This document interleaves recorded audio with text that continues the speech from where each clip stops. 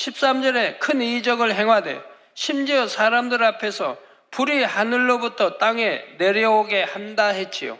물론 여기서 말하는 이적이라는 것이 하나님의 역사 가운데 베풀어지는 것과는 다릅니다.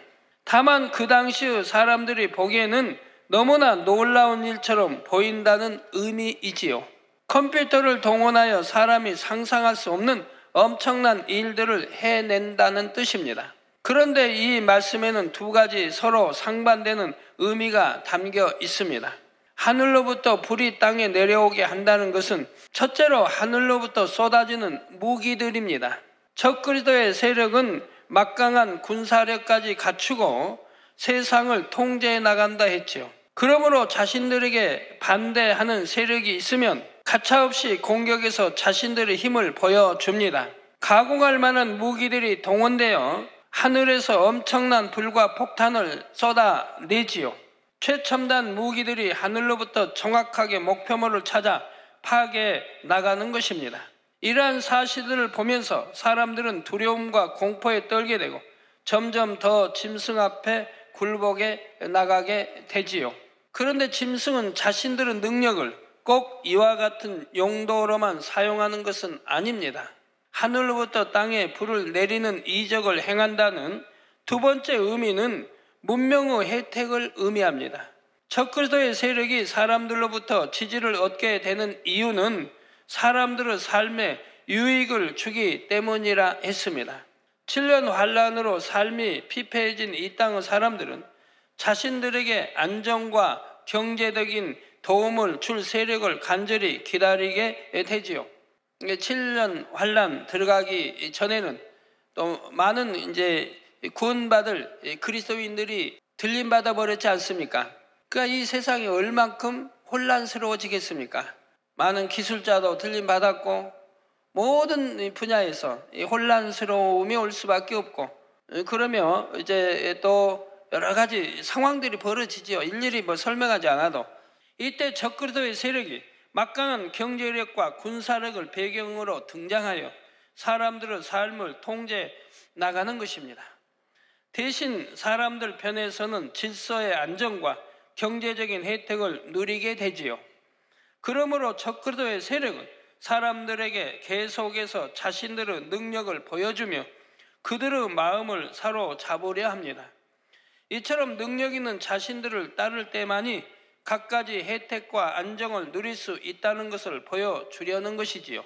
그래서 적그리스도의 세력은 발달된 기술력을 바탕으로 사람들에게 문명의 혜택을 제공합니다. 그 당시의 상황으로는 사람들이 도저히 꿈도 못 꾸던 일들을 적그리스도의 세력이 실현해 주는 것이지요. 예를 들면 그때는 개인이 컴퓨터를 사용하는 것이 극히 불가능한 상황이 됩니다. 모든 것이 적그리스도의 수중에 들어가 있기 때문이기도 하지만 모든 것이 피폐해지는 상황에서 개개인이 그런 혜택을 누리기는 어렵지요. 그런데 적그리스도의 세력은 사람들로 하여금 다시금 예전처럼 컴퓨터를 사용할 수 있게 해줍니다. 이는 그때 상황으로서는 실로 엄청난 일이지요. 하늘에서 불을 끌어내리는 것에 비할 만큼 놀라운 이적이라 생각하는 것입니다.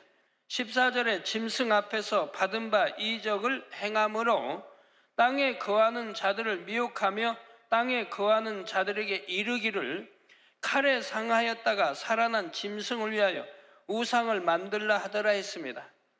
앞서 말씀드린 대로 7년 환란 중에 이 세상을 주관하는 적그리스도는 자신들의 힘으로 사람들에게 많은 것을 보여줍니다. 당시 이 땅에 남은 사람들은 주님을 믿지 않았던 사람들과 주님을 알았어도 불법을 행하던 사람들입니다. 그러니 이러한 대다수의 사람들은 적그리스도의 세력을 따르게 되지요. 그나마 이런 가운데에서도 주님을 믿는 극소수의 사람들이 남아 있는데 짐승은 이러한 사람들까지도 미혹하려 합니다. 발달된 과학 문명과 자신들의 능력을 내세우며 하나님이 어디 있느냐? 우리만이 바로 너희를 구원해 줄 수 있다. 우리를 믿고 따르라. 이런 주장들을 해 나가지요. 계속적으로 반복하며 쇠뇌해 나갑니다. 그러면서 믿는 사람들까지도 점점 하나님을 대적하며 진리를 떠나 불법 가운데 살도록 만들지요. 이러한 모든 상황들이 바로 짐승을 위하여 우상을 만든다는 뜻입니다. 우상을 만든다는 것이 꼭 눈에 보이는 특정한 형상을 만드는 것만을 의미하는 것이 아니지요. 하나님을 대적하는 적그리스도의 세력을 미화하여 그들을 따르게 하고 지지하며 그들의 주장대로 순종하게 만드는 것이 바로 우상을 만드는 것과 같다는 사실입니다. 그런데 왜 칼에 상하였다가 살아난 짐승이라 표현한 것일까요? 칼은 싸움을 위한 무기로서 악한 곳에 사용되는 것을 의미합니다. 따라서 칼에 상하였다가 살아난 짐승이란 지금 발달된 과학 문명과 지식이 악한 목적으로 잘못 사용되고 있다는 의미이지요.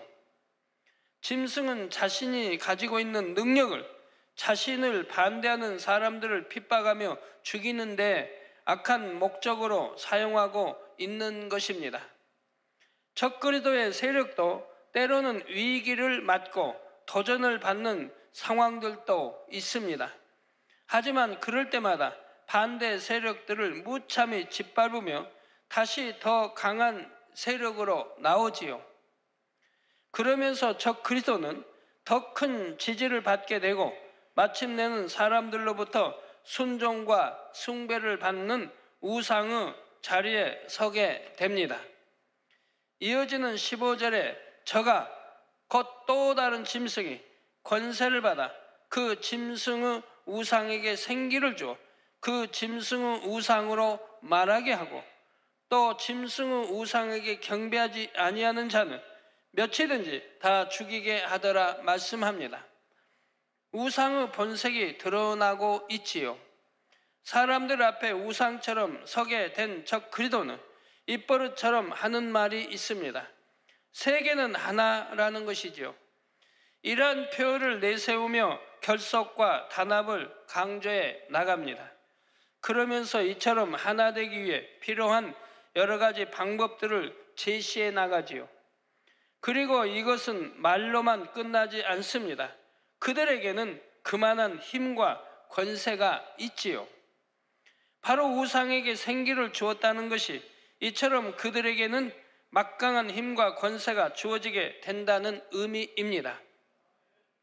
그런데 이런 가운데서도 적그리스도의 주장에 반대하는 세력도 있습니다. 자기 의익에 맞지 않기 때문에 반발하는 세력들도 있지만 주로 주님을 믿는 사람들이 반대하게 되지요. 그러면 적그리스도의 세력은 세계의 매스컴과 홍보 수단을 동원하여 자신들을 반대하는 세력을 궁지로 몰아갑니다. 우리는 세계의 평화와 안정을 위한다. 환경의 회복과 더 많은 문명의 혜택을 위해 우리는 최선을 다하고 있다. 이러한 우리에게 반대하는 것은 결국 전 세계가 하나 되려는 노력을 방해하는 것이다. 세계 모든 사람들을 반대하는 행위이다. 이렇게 선전해 나가는 것이지요.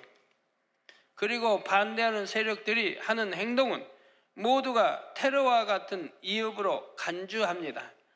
그런데 이러한 주장이 통한다는 사실입니다. 사람들은 정말로 적그리스도에 반대하는 세력들을 세계 평화와 안정을 이어받는 세력으로 간주하지요. 적그리스도의 세력은 바로 이러한 지지를 얻기 때문에 자기들에게 반대하는 사람들을 핍박하고 죽일 수가 있는 것입니다. 바로 이때 믿는 자들에 대한 더 혹독한 박해와 순교가 일어납니다. 그런데 적그리스도의 세력들은 자신들의 목적을 이루기 위해 아주 치밀한 수단을 동원합니다. 그것이 666표이지요.